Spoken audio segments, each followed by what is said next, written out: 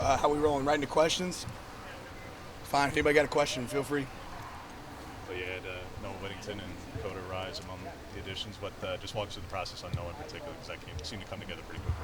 Yeah, I mean, obviously he's a guy that we had, a background on with Coach Lachlan, coaching him before. So a guy we were familiar with, and once he became available, so a guy that we thought could help our roster and benefit us. And now that you can talk about Chase, just what do you hope he brings as a grad transfer? He's obviously played in the league and in-state guy and that kind of presence. Yeah, I think this place means a little bit to Chase. You can see that he's intelligent. Like you said, he has experience, so certainly excited to see what he can do out there. Justice is also new to this team, and Florence as well. Just what can those guys do? What are the expectations for a freshman mid-camp like this? You don't set expectations. You go, one day at a time, and today was one day. And we still got to watch the film, obviously, walking off here. I'm sure it was spinning a little bit for him today, as you think it would be first day. But I don't want to set it too high or set it too low. They're going to set the level of their expectation by the way they perform and the way they practice day in and day out. As a veteran's first day back after a couple weeks off, what did you think of how everybody handled that? Yeah, I thought there was some juice. I thought we could have had another level of juice. I want to see it take it to another level. The intensity there, the focus is there, but we have to push ourselves in practice to be the best that we want to be, and I think we can take it up a notch. I was hoping for a little bit more. Is J.J. Greenfield back with the team? Yeah, he was out there today. We saw him. What was the process of getting him? Because I know he was on last year's roster, but he's not on this year's.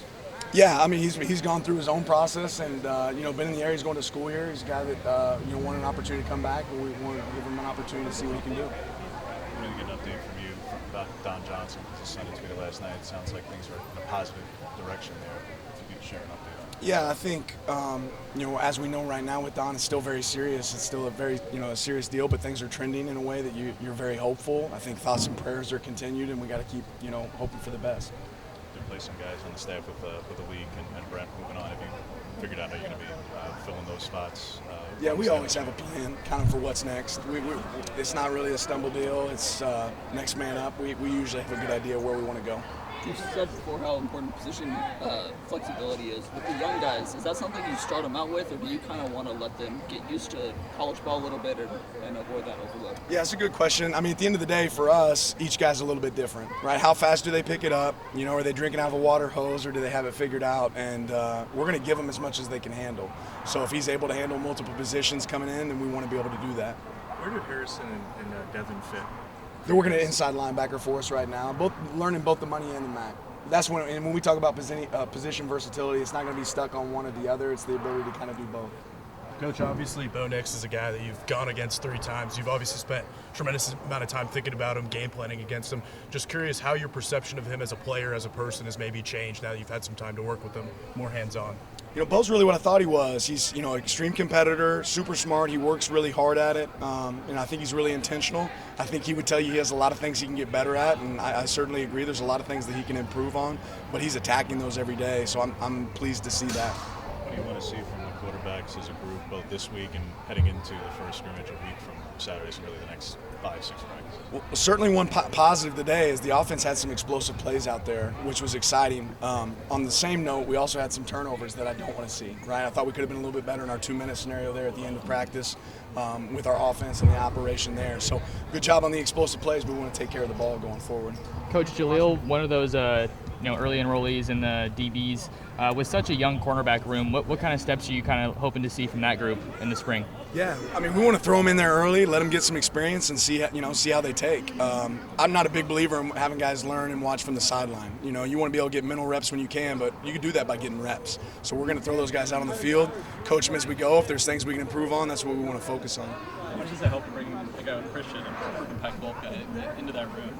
Yeah, I mean, having Christian here, obviously, coach's familiarity with Christian was certainly a benefit as well. And I think it shows up on the field, his experience, he's used. But there's a lot of things he's still learning. This is a different system for him, certainly a different process for him and some stuff that he can improve. But having Christian here is certainly good for our program. Walking off practice, what's the first thing you're going to watch on film? You mentioned you haven't watched film yet, so what's that first thing you want to watch? I'm always checking for efficiency. I'm always just want to see how can we be better and more efficient in practice, talking about our players and our coaches, and then effort, right? There's a lot of things. You can draw up a lot of things on the board, a lot of X's and O's, and the reality is none of that matters if you're not playing hard. We want to make sure our guys are playing fast and playing hard. Has anybody who's caught your eye so far immediately checked all those boxes? I don't think so, not yet. I mean, we've had 2 pads without practice. We've had, 2 practices without pads, right? And 1 padded practice so far. I think it's really too early to certainly crown anybody, and every one of our guys, I think, and coaches still have a lot of improvement. How do you think the culture? How are you establishing that? I guess it was a 17-day break. I know people were all over the place, but was there something during? I mean, how are you maximizing, I guess, your time in terms of instilling? Yeah, just as much time as we can be around our players as possible. I think we try to take an invested interest in our guys, and our guys are doing a great job. I mean, that's a two-way street, right? They have to be interested in being in, and we have to be interested in having them involved, and they've done a great job with that, and so have our coaches. Going back to when you were assembling your staff, obviously Tosh was finishing up the NFL season, so it took longer there from that aspect. Knowing him as you do, how did you see him evolve as a coach after 3 years in the NFL, where obviously he was really successful at numerous different stops and at Alabama certainly, but how did that NFL experience, how did you see that NFL experience change him? I mean, ultimately, you look at the guys that he's coached in the NFL and the success that those guys individually have had. His defensive lines have been really good wherever he's been. But I love the fact that Tosh has been exposed to a lot of different systems and been able to carry some of those best things to our place here. And we're going to integrate. We're going to do a lot of what we do and what I'm familiar with and what Tosh is familiar with. But at the same time, taking what he's learned in those last few stops in the NFL is super beneficial to our players. I was going to say, with simulated pressure in particular being something that you've certainly done and Matt's done a lot of that Tosh was not doing while he was there, but even now seeing this offseason that Nick is bringing Dave in for their clinic, and that's clearly going to be something they're doing.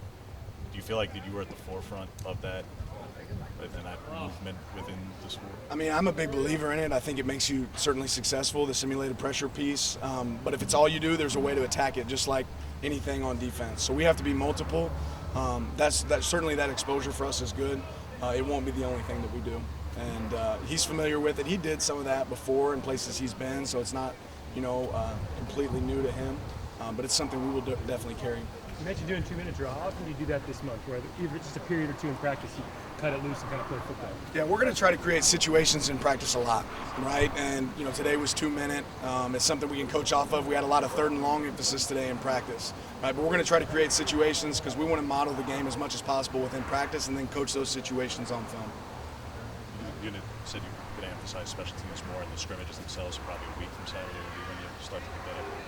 We're doing special teams every day. It's the first thing we do from flex.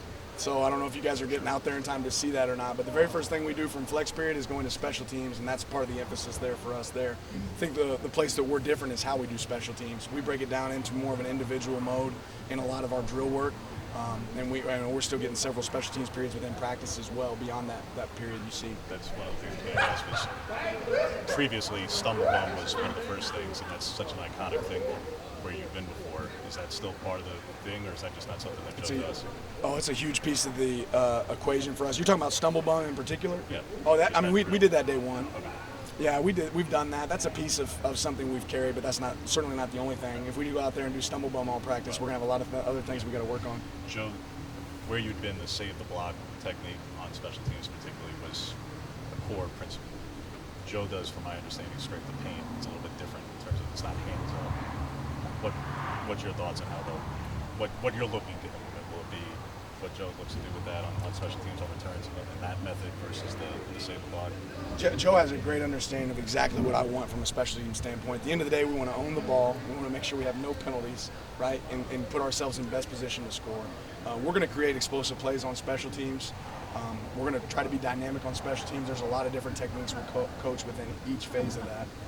But the key is you put an emphasis on it, right? You're not going to be successful on it if you don't spend time on it.